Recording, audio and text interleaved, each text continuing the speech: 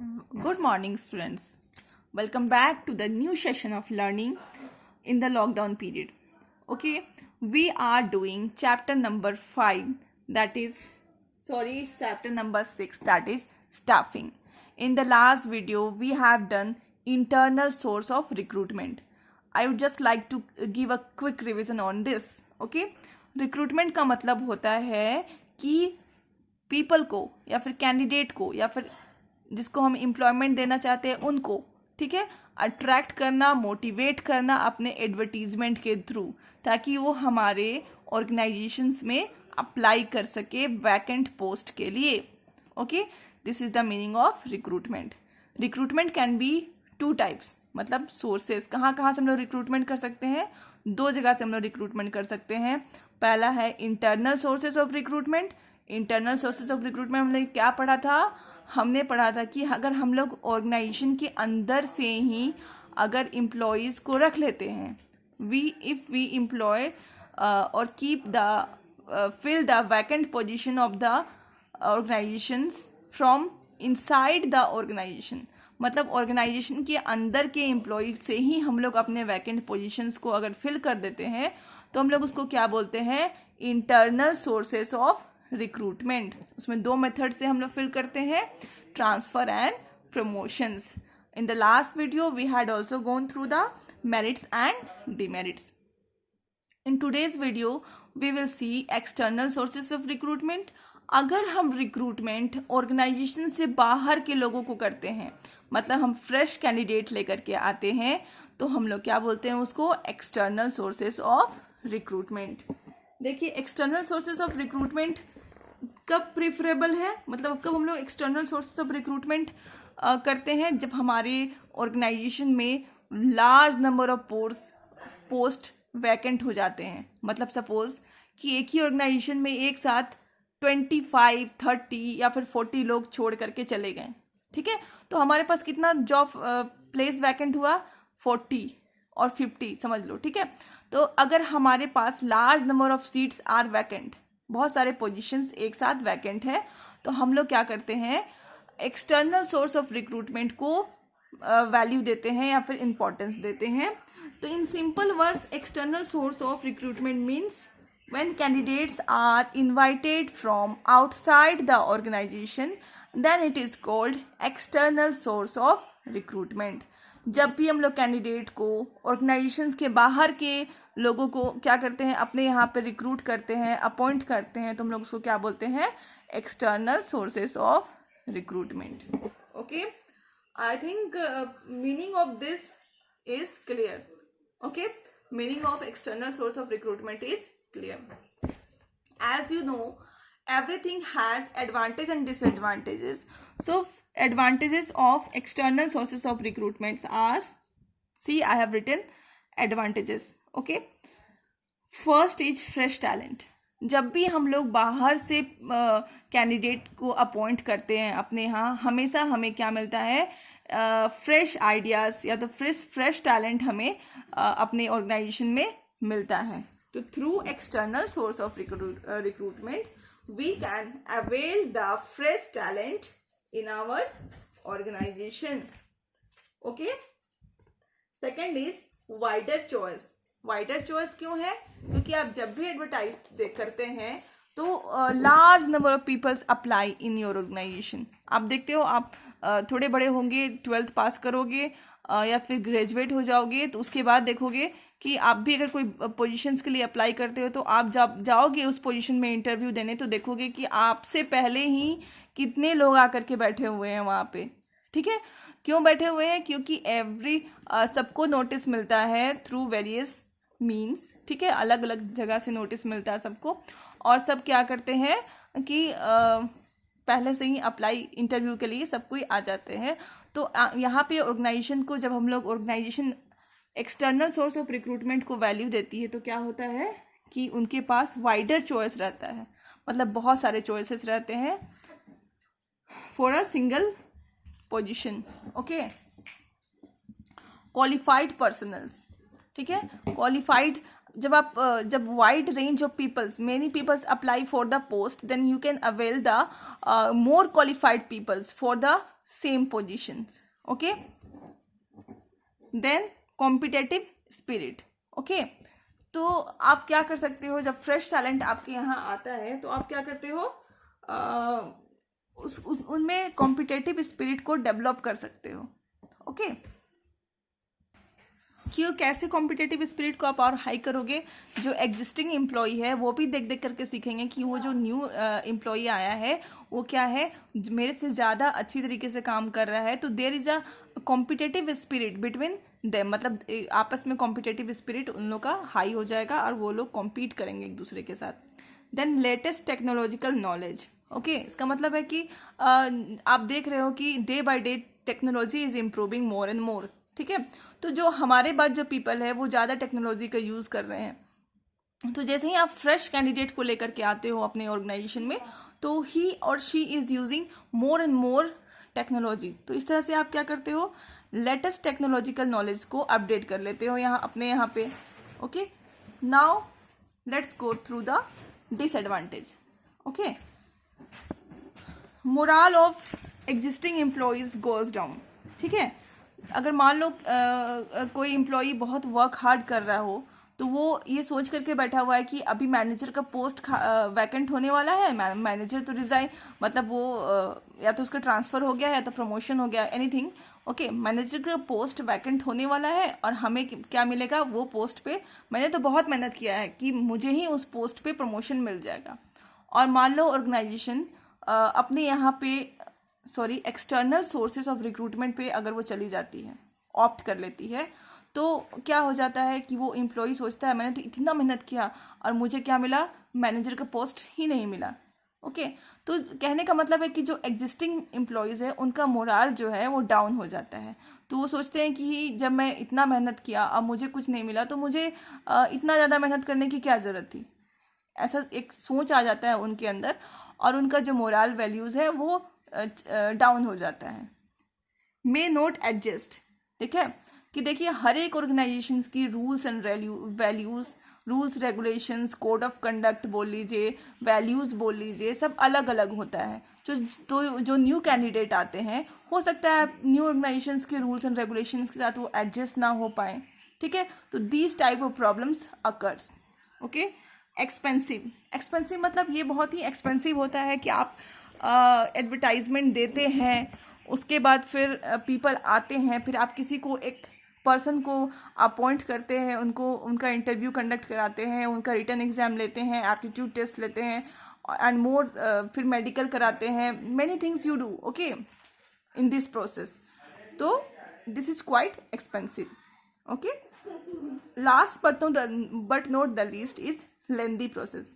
This is very lengthy process. You know, पहले advertisement होगा, फिर वो लोग अप्लाई करेंगे, फिर आप लोग उसको कॉल लेटर भेजोगे, फिर वो लोग आएंगे इंटरव्यू देने, पहले रिटन टेस्ट होगा, फिर एप्टीट्यूड टेस्ट होगा, फिर इंटरव्यू होगा, फिर जीडी होगा, फिर बहुत सारे इसके बाद भी टेस्ट होते हैं, वो सब होंगे. ठीक है, तो दिस इज़ क्वाइट लेंदी. ठीक है, फिर उनको अपॉइंटमेंट लेटर मिलेगा, अगर वो एग्री करते हैं, साइन करते हैं और आपको वापस करते हैं, तब जा कर के वो एम्प्लॉय बनते हैं. ठीक है, तो this is quite lengthy process. Okay, तो अभी हम लोग देखेंगे methods of external sources of recruitments. ठीक है, व्हाट आर द मेथड्स. पहला मेथड्स है डायरेक्ट रिक्रूटमेंट. डायरेक्ट रिक्रूटमेंट मतलब कैसे होता है, ये होता है मोस्टली लोअर लेवल के लिए. ओके, जैसे आप बैंक्स में जाओगे और देखना कि वहाँ पे प्यून्स होते हैं. ठीक है, जो कि पेपर्स को एक जगह से दूसरी जगह पे पास करते हैं. ठीक है, तो वैसे लोगों का वहाँ पे डायरेक्ट रिक्रूटमेंट हो जाता है. ओके, तो यहाँ पे ये this position is mostly required for unskilled labour. जिसके पास स्किल्ड की उतनी ज़रूरत नहीं है, वहाँ पे क्या होते हैं कि वो थोड़ा जान पहचान होता है तो उनका डायरेक्ट रिक्रूटमेंट हो जाता है. ओके, तो ये डायरेक्ट रिक्रूटमेंट वाला हो गया. दूसरा है कैजुअल कॉलर्स. यहाँ पे आपको दिखाई दे रहा होगा कैजुअल कॉलर्स. कैजुअल कॉलर्स मतलब होता है कि आप बहुत सारा, जैसे आपको पता चलता है कि इस ऑर्गेनाइजेशन में पोस्ट वैकेंट हुआ है, तो बहुत सारे लोग अप्लाई करते हैं. ठीक है, तो उसमें से जो कुछ तो सिलेक्ट हो जाते हैं और कुछ सिलेक्ट नहीं हो पाते हैं। तो ऑर्गेनाइजेशन जनरली क्या करता है, उन सारे फाइल्स को अपने पास रखा रहता है, ठीक है। और जैसे ही उनको कुछ रिक्वायरमेंट होती है वो लोग कॉल करते हैं। और सपोज, तो कहने का मतलब है कि वेटिंग लिस्ट में जो स्टूडेंट होते हैं उनको अचानक से वो लोग, स्टूडेंट नहीं कैंडिडेट होते हैं, उनको अचानक से वो लोग कॉल करते हैं and this is called casual callers. और उनको क्या मिल जाता है, जॉब मिल जाता है। Then is media advertising. Media advertising you know very well, ठीक है। एडवर्टाइजिंग थ्रू मीडिया, ठीक है, जैसे न्यूज़पेपर में आना, ओके, नेशनल लेवल के न्यूज़पेपर में आना, लाइक टाइम्स ऑफ इंडिया में जब हायर पोजीशंस में जॉब वैकेंट होता है तब new positions, Indian national level पे के न्यूज़पेपर पे आना, ओके। देन जर्नल में ऐड देना, या फिर पैम्पलेट्स, पोस्टर्स, इस तरह से न्यूज़पेपर में जो डाला जाता है उस तरह से, okay. Then is employment exchange. तो आप नेक्स्ट क्या देखोगे कि एम्प्लॉयमेंट एक्सचेंज। एम्प्लॉयमेंट एक्सचेंज में क्या होता है, कुछ कुछ गवर्नमेंट एम्प्लॉयमेंट एक्सचेंज होते हैं कि जो यही उनका काम ही यही होता है कि जो जिनको जॉब चाहिए, ओके, उनका वो रिज्यूम्स बोल लो या फिर बायोडाटा ले करके अपने पास रख लेते हैं। और उनका वैसे कंपनी से भी तालमेल होता है या फिर टच रहता है जिनको एम्प्लॉयज़ चाहिए होते हैं। तो on the basis of qualification and requirement they do the processing, और इसके बदले वो लोग क्या लेते हैं, एक अमाउंट और एक फीस लेते हैं, okay. Placement agencies and management consultants. इसके अलावा बहुत सारे प्लेसमेंट एजेंसीज और मैनेजमेंट कंसल्टेंट होते हैं जिनका काम ही यही है कि प्लेसमेंट कराना या फिर कंसल्टेंसी का काम करना, मतलब कंसल्ट कर देना कि आपको ये जॉब करना चाहिए, यहाँ पे ये जॉब वैकेंट है, okay. Then next is campus recruitment. Campus recruitment you know very well, ठीक है, कि जैसे सपोज कोई इंजीनियरिंग कॉलेज में इंजीनियर बनने के लिए वो पढ़ने के लिए गया हुआ है, ओके। तो लास्ट ईयर में क्या होते हैं, वहाँ के जो हायर लेवल ऑफ मैनेजर्स जो होते हैं या फिर टॉप लेवल के पर्सन्स आते हैं कॉलेज में और एंड बच्चों का टैलेंट देखते हैं, और उनको अगर बहुत बच्चे कॉम्पिटेंट लगते हैं तो वो अपने यहाँ पे उनको रिक्रूट कर लेते हैं। This is called campus recruitment. Recommendation from present employ, this is already you know, okay. Suppose some persons, हमारे कॉलेज में हमेशा ऐसा ही होता है कि कॉलेज में अगर कोई पर्सन काम कर रहा है और उसके बेटा एंड बेटी या फिर जो भी है, अगर वो उनके पास सेम क्वालिफिकेशन है which is required in the college, then they recommend for them. तो सिंपल है, अगर कोई एम्प्लॉय कहीं किसी ऑर्गेनाइजेशन में काम कर रहा हो तो क्या होता है कि वो अपने रिलेटिव्स, ठीक है, को या तो फिर अपने जान पहचान के लोगों को क्या करता है, रिकमेंड कर देता है कि आप इसको रख लीजिए, he is very good, I can bet that he is very good, okay. तो उनको काम पे रख लिया जाता है। This is called recommendation from present employ. Then next is your, see it is little bit not visible, labour contractor. Labour contractor, आपके घर में कभी भी अगर कंस्ट्रक्शन का काम हुआ होगा तो आप देखे होंगे कि वहाँ पे एक ठेकेदार होता है और बहुत सारे लेबर्स क्या होते हैं उनके अंडर में काम करते हैं। मतलब इन द सिंपल वर्ड्स, वो गांव से सारे लेबर्स को या तो फिर विलेज एरिया से या फिर रूरल एरिया से सारे लेबर से कंसल्ट रखता है और उनको काम दिलाता है, ठीक है। This is called labour contractor. And in return उनको जो भी मिलता है वेजेस, उसमें से वो थोड़ा अमाउंट अपने पास रखता है उनको काम दिलाने के बदले, okay. This is called labour contractor. तो आप अगर अपने आसपास नोटिस करोगे तो ये नोटिस कर सकते हो, ये भी नोटिस कर सकते हो, कैंपस रिक्रूटमेंट भी नोटिस कर सकते हो। बहुत सारी प्लेसमेंट एजेंसीज खुली हुई हैं अगर आप मोबाइल पे सर्च करोगे तो, लाइक naukri.com, ठीक है, एंड monster.com, ये सब बहुत सारे खुले हुए हैं जहाँ पे आप क्या कर सकते हो, अपना बायोडाटा छोड़ सकते हो और वो लोग आपको फिर जॉब के लिए कॉल करेंगे। Next is advertising on TV. TV पे एडवर्टाइज करना कि हमारे यहाँ पे इतनी वैकेंसी है, आप यहाँ पे चाहो तो अप्लाई कर सकते हो, बहुत ही अच्छा वर्किंग कंडीशंस एंड ऑल, जो बार बार एडवर्टीजमेंट आता है, ठीक है। तो यहाँ पे एडवर्टाइजिंग ऑन टीवी आप समझ सकते हो। वेब पब्लिशिंग, ये भी आप समझते हो कि नाउअडेज सारे एडवर्टीजमेंट कहाँ सबसे ज़्यादा पॉपुलर है, web publishing, that is on internet, ठीक है। लोग आजकल इंटरनेट का यूज़ बहुत ज़्यादा करने लगे हैं, तो आजकल सारे एडवर्टीजमेंट कहाँ आते हैं, इंटरनेट पे आते हैं। This is called web publishing, okay. This is also known to you. Then factory gate, factory gate पे क्या होता है ना, समटाइम्स